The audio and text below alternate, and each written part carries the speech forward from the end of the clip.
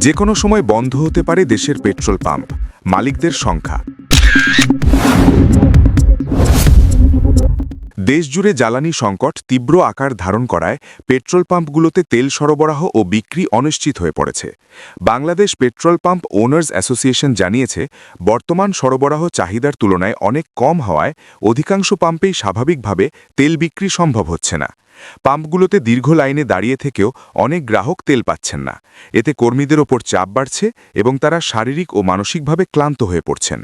অপর্যাপ্ত সরবরাহের কারণে যে কোনো সময় পাম্পগুলো কার্যক্রম বন্ধ করে দিতে পারে বলে আশঙ্কা প্রকাশ করা হয়েছে। সংগঠনটির অভিযোগ, পাম্পগুলোতে পর্যাপ্ত নিরাপত্তা না থাকায় বিশৃঙ্খলা বাড়ছে। কোথাও কোথাও জোরপূর্বক তেল নেওয়া, মব তৈরি করে পাম্প খোলানো, এমনকি হামলার ঘটনাও ঘটছে। পাশাপাশি কিছু অসাধু চালক একাধিকবার তেল নিয়ে বাইরে বেশি দামে বিক্রি করায় প্রকৃত গ্রাহকরা বঞ্চিত হচ্ছেন। তেল পরিবহনের সময় ট্যাঙ্কার লুট হওয়ার আশঙ্কাও রয়েছে বলে জানানো হয়। এ পরিস্থিতিতে দ্রুত নিরাপত্তা জোরদার না হলে ডিপো থেকে তেল উত্তোলন বন্ধ সহ পাম্প বন্ধ করার মতো কঠোর সিদ্ধান্ত নিতে বাধ্য হবেন বলে জানিয়েছেন।